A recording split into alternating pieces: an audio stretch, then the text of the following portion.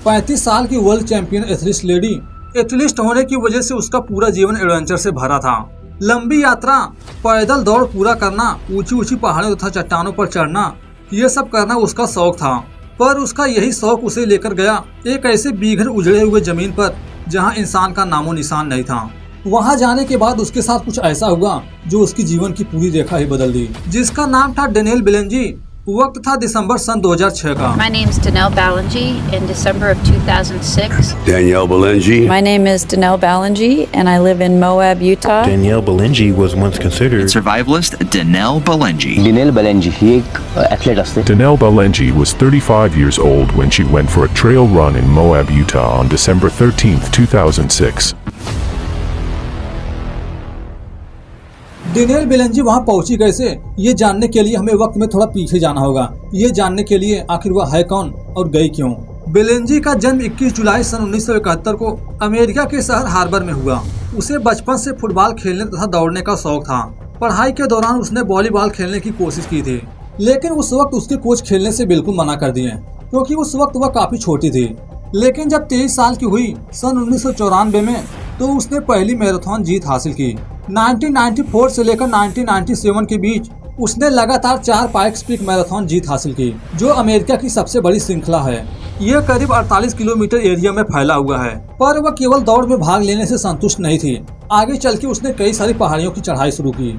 30 साल से कम उम्र में उसने कई सारे वर्ल्ड रिकॉर्ड बनाए। पर उसके जीवन का टर्निंग पॉइंट 2006 में आया, जब वो अपने घर से कई किलोमीटर दूर जॉगिंग करने के लिए निकल पड़ी असामा बैंक ट्रैंक के घाटियों की तरफ।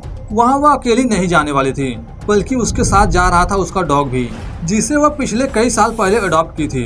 वह अपने घर से दूर तथा जिस बंजर इलाके में जा रही थी, वहाँ का तापमान दिन के वक्त -2 डिग्री सेल्सियस के आसपास था, जिस कारण चट्टानों पर बर्फ पड़ी होती थी। जैसा कि इलाका सूखा बंजर था, इसलिए जमी हुई बर्फ सही से दिखाई भी नहीं पड़ती थी। फिलहाल वह कुछ ही समय में उस इलाके में पहुंच गई। गाड़ी को वहीं पास लगाकर डॉग के साथ निकल पड़ी दौड़ के लिए। वह कभी निचले हिस्से में दौड़ लगाती थी तो कभी चढ़ जाती थी चट्टान पर। कुछ समय दौड़ने के बाद जब कैनियन के ऊपर थी तो वह फिसलते फिसलते बची। एक पल के लिए तो डर गई थी, क्योंकि वहां से ऊंचाई थी करीब 10 मीटर से ज्यादा। एक बार खतरे से बचने के बावजूद वह नीचे नहीं गई, बल्कि और ऊपर जाने लगी। शायद से यही उसकी सबसे बड़ी गलती थी। वहां से बस कुछ ही मीटर आगे बढ़ने के बाद उसका पैर जमीन पर जमे हुए बर्फ के टुकड़े पर पड़ी, जिस कारण उसका पैर फिसला, वह नीचे गिरने लगी। जहां से उसका पैर फिसला था उसकी ऊंचाई थी करीब 18 मीटर। नीचे गिरते वह बेहोश हो गई थी। होश आने के बाद उसे कुछ भी याद नहीं था आखिर उसके साथ हुआ क्या, इस वक्त वह है कहाँ। लेकिन जब उठने की कोशिश की तो उसके बॉडी पार्ट में काफी दर्द महसूस हुआ, क्योंकि उसकी पल्विस नाम की हड्डी टूट गई थी, जो सपोर्ट करती है रीढ़ की हड्डी को। उसी के साथ साथ आसपास की 2 जोड़ी और हड्डियां टूट गई थी, जिसमें सेक्रम तथा 3 कशेरुकाएं वर्टेब्रे भी शामिल था। इसके बावजूद वह जबरदस्ती उठने की कोशिश की, पर ऐसा हो नहीं पाया। अब तो खड़ा होना दूर की बात थी, वो अपने शरीर में जरा भी मूवमेंट नहीं कर सकती थी। इसके बावजूद वो अपने शरीर को जमीन की तरफ करके खिसकते हुए आगे बढ़ने की कोशिश करने लगी। पर ऐसे स्थिति में 1-1 इंच खिसकना पहाड़ पर चढ़ने के बराबर था। पैर के जरा भी मूवमेंट होने पर पेन बढ़ने लगता था। ऊपर से नीचे गिरते वक्त डॉग वहां से काफी दूर चला गया था। कुछ समय तक तो वह बेलेंजी से दूर रहा, लेकिन थोड़ी देर बाद ढूंढने के बाद वह उसे मिल गई। उस वक्त शाम के करीब 3:30 बज चुके थे। वह अभी भी अपने कार से काफी दूर थे। कार तक पहुंचने की कोशिश की, पर ऐसी स्थिति में कहां पहुंच सकती थी। उसका पहुंचना नामुमकिन था। 1-1 इंच खिसकते खिसकते शाम हो गई। रात को तापमान माइनस में पहुंच गया। जैसा कि हमने स्टार्टिंग में बताया, वह जिस जगह पर मौजूद थी वहां से इंसानी बस्ती मीलों दूर थी। इसी कारण वहां से ना ही डॉग दूर जा सकता था, ना ही कोई आ सकता है। इस तरह उस बीघड़ इलाके में वह डॉग के साथ अकेली थी। रात के वक्त जब अपने पैर को टच की तो उसे ऐसा महसूस हुआ जैसे उसका पैर उसकी बॉडी से अलग हो चुका हो। कड़कती ठंड में पूरी रात उसी जगह पर पड़ी रही। जैसे तैसे रात गुजर गया, सुबह हुआ। आज उसका तीसरा दिन था यहाँ पर आए हुए। पीने के लिए जो पानी लिया हुआ था वह भी खत्म हो गया। सुबह के वक्त वह दोबारा से खिसकते हुए आगे बढ़ना चाहती थी। इसके लिए बॉडी को उल्टा करने की जरूरत थी, पर अब तक बॉडी में पेन पहले से काफी ज्यादा बढ़ चुका था। इसके बावजूद जमीन की तरफ होकर दोबारा से खिसकते हुए आगे बढ़ने लगी। पर कुछ ही दूर खिसकने के बाद वह रुक जाया करती थी बीच बीच में। थोड़े समय बाद डॉग मदद के लिए गाड़ी के पास गया, पर उसे वहाँ कोई नहीं मिला जिससे वह हेल्प लेने की कोशिश कर सके। लेकिन जब उसे वहाँ कोई नहीं मिला तो वह बेलेंजी के पास वापस आ गया। उनके साथ यह हादसा हुए 24 घंटे से ज्यादा हो चुके थे। जब वह वहाँ से थोड़ी और नीचे आई तो उसे जमीन पर थोड़ा सा पानी इकट्ठा हुआ मिला। मगर वह पानी बहुत ही गंदा था। इसके बावजूद डिहाइड्रेशन की वजह से उसे पीना पड़ा। समय जैसे जैसे गुजर रहा था, सूरज की तपती गर्मी में रहना मुश्किल हो गया। इसी के साथ उसके टूटे हुए हड्डियों के आसपास की मांसपेशियां सूजने लगी। पेन भी पहले से ज्यादा बढ़ चुका था। इसी बीच आंतरिक भाग में ब्लीडिंग भी शुरू हो गया। कई सारी मांसपेशियां टूट चुकी थी, जिसका असर अब उसके ब्रेन पर भी पड़ने लगा। उसे सारी चीजें धुंधली धुंधली नजर आने लगी थी। दूसरे दिन भी मदद की उम्मीद में एक ही जगह पड़ी रही। न ही उसे किसी प्रकार की मदद मिली, न कोई रेस्क्यू टीम वहां तक पहुंच पाया। दूसरा दिन भी वैसी हालत में गुजर गया। रात को खुले आसमान में तारों को देखती रहती थी, पर पूरे समय तक उसका पालतू डॉग वहां से दूर नहीं गया था, उसके साथ ही रहा। थोड़े थोड़े समय के बाद डॉग गाड़ी के पास जाकर वापस आता था, इस उम्मीद में शायद कोई उसे मिले जो उसकी मदद कर सके। पर दूसरे दिन भी उन्हें कोई भी मदद नहीं मिली। जानवर भले ही बेजुबान होते हैं, मगर अपने मालिक की इस स्थिति को देखकर वह सब कुछ समझ पा रहा था। उसकी मालिक खतरे में है, इसलिए रात के वक्त जब भी उसके बॉडी में जरा भी मूवमेंट नहीं होती थी तो वह बार बार उसके पास जाकर चेक करने लगता था। मगर ब्लीडिंग की वजह से उसकी हेल्थ हर पल खराब होती जा रही थी। पिछले 24 घंटे में वह करीब 5 घंटे खिसकने के बाद 400 मीटर दूर पहुंच चुकी थी, जहां से वह गिरी थी। 2 दिन बाद जब वो अपने घर नहीं पहुंची तो उसके परिवार वाले उसे लेकर चिंतित होने लगे, इसलिए उसके लापता होने की खबर पुलिस को दी है। खबर मिलते ही खोज शुरू हो गया। दूसरी रात जब वो लेटी हुई थी तो आसमान में उसने हेलीकॉप्टर को जाते हुए देखा। हेलीकॉप्टर रेस्क्यू टीम का ही था, मगर रात होने की वजह से उन्हें नहीं ढूंढ पाए। दूसरा रात भी गुजर गया, सुबह हुआ। आज उसका फंसे हुए तीसरा दिन था।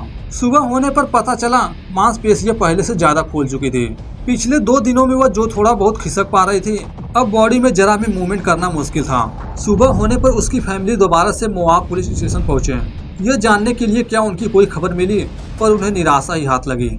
ऑफिसर्स उन्हें बताएं, हमने बेलेंजी की तस्वीर हर जगह लगा दी है, उसकी पिकअप का नंबर भी नाके नाके पर दे दिया है, पर किसी भी नाके पर उसके पिकअप को गुजरते हुए किसी ने भी नोटिस नहीं किया। तीसरे दिन जब उसे लगने लगा उसे ढूंढने के लिए अब कोई नहीं आएगा, तो वह दोबारा से खिसकते हुए अपने पिकअप की तरफ जाने की कोशिश करने लगी। इतने खराब कंडीशन होने के बावजूद वह कुछ मीटर खिसकने में कामयाब हुई। उसका घाटियों में रहते हुए 50 घंटे पूरे हो चुके थे। इतने लंबे समय तक वह डॉग अभी भी उसके साथ ही था। रेस्क्यू टीम को जब वह बाहरी इलाके में नहीं मिली तो उसे ढूंढने के लिए कैनियन की तरफ जाने के लिए निकल पड़े। कुछ समय बाद उन्हें उनकी गाड़ी दिखाई पड़ी। यह पिकअप वही थी जिसके बारे में उसकी फैमिली ने इन्फॉर्म किया था। इस तरह उन्हें इतना तो पता चल चुका था वह जरूर यहीं पर आई है। पर इधर उधर देखने पर गार्ड, जिसका नाम था जॉन मार्शल, उसे वह दूर दूर तक कहीं नहीं नजर आई। इतने बड़े इलाके में अकेले ढूंढ पाना उसके बस की बात नहीं थी, इसलिए वह इसके बारे में पुलिस स्टेशन में इन्फॉर्म किया। बताया कि उसे बेलेंजी की गाड़ी मिल चुकी है, वह वहीं पर है, पर वह कहीं नजर नहीं आ रही। आगे चल के वर्ल्ड एथलीट की मानसिक स्थिति भी खराब होने लगी। वह बार बार डॉग को यह कहने की कोशिश कर रही थी कि वह यहाँ से जाए और मदद लाए, पर डॉग अब बिल्कुल उससे दूर नहीं जा रहा था। मगर थोड़ी देर बाद वह दोबारा से गाड़ी की तरफ जाने के लिए निकल पड़ा। अब तक बाकी रेस्क्यू टीम भी वहाँ पहुँच चुकी थी। वे दूरबीन से बाकी एरिया को देखने में लगे थे। इस दौरान उन्हें डॉग दिखाई पड़ा जो आ रहा था उन्हीं की तरफ। कुछ ही समय में वह उनके पास पहुँच गया। उन्हें बताने की कोशिश किया कि उनका मालिक घाटियों में फंसी पड़ी है। स्टार्टिंग में ये लोग कुछ भी समझ नहीं पा रहे थे, क्योंकि बेलेंजी की फैमिली वाले डॉग के बारे में ऐसी कोई भी बात नहीं बताए थे कि उसके साथ है एक डॉग भी। कुछ समय बाद बेगो गिरहट नाम का एक गार्ड उस तरफ जाने का फैसला किया। कुछ दूर जाने के बाद उसे जमीन पर पैरों के निशान देखने को मिले, यानी वह सही डायरेक्शन में जा रहा है। उसके हिसाब से बेलेंजी यहीं आसपास होगी। उसके उस तरफ जाते ही डॉग भी जाने लगा उसी तरफ, मगर बेगो उससे काफी आगे जा चुका था। यह देख बाकी रेस्क्यू टीम उसे इन्फॉर्म किए, डॉग भी जा रहा है उसी तरफ, उसे फॉलो करो। डॉग जैसे ही गुजरा उसके पास से, वह भी उसका पीछा करने लगा। वह कुछ मिनट तक लगातार उसका पीछा करता रहा, मगर डॉग कुछ ही पलों में उसकी नजरों से दूर हो गया। आगे वह कैनियन में किस डायरेक्शन में जाए उसे कुछ भी पता नहीं था। पर अब तक डॉग बेलेंजी के पास पहुंच गया था, लेकिन गार्ड अभी तक नहीं पहुंचा उसके पास। मगर इस बार डॉग के इतनी जल्दी वापस आने से बेलेंजी को कहीं न कहीं एहसास हो चुका था, जरूर रेस्क्यू टीम आ रही है उसी की तरफ। इसलिए वह जोर जोर से चिल्लाने की कोशिश करने लगी। गार्ड तक जैसे उसकी चिल्लाने की आवाज पहुंची, वह तुरंत पहुंचा उसके पास। डॉग की वजह से रेस्क्यू होने पर बेलेंजी काफी इमोशनल हो गई। कुछ समय बाद बाकी रेस्क्यू टीम भी वहां पहुंच गए। जब उसे बचाया गया था तो उसका इस कैनियन में फंसे हुए 56 घंटे बीत चुके थे। 56 घंटे बाद तीसरे दिन उसे बचाया गया। यहाँ से उसे करीबी अस्पताल में ले जाया गया, जहाँ पता चला पल्विस नाम की हड्डी 4 जगह से टूट गई है, इसलिए हवाई मार्ग से दूसरे अस्पताल में ले जाया गया। हॉस्पिटल में लगातार 6 घंटों की सर्जरी चली थी। कई महीनों तथा वर्ष लग गए उसे पहले की तरह रिकवर होने में। उसका डॉग ताज, जो उसे बचाने में सबसे बड़ी भूमिका निभाया था, वह आगे चल के हमेशा उसके साथ रहा। वर्ल्ड चैंपियन एथलीट डेनियल बेलेंजी को आगे चल के अपनी एक्टिविटी कई वर्षों तक रोकनी पड़ी। धन्यवाद।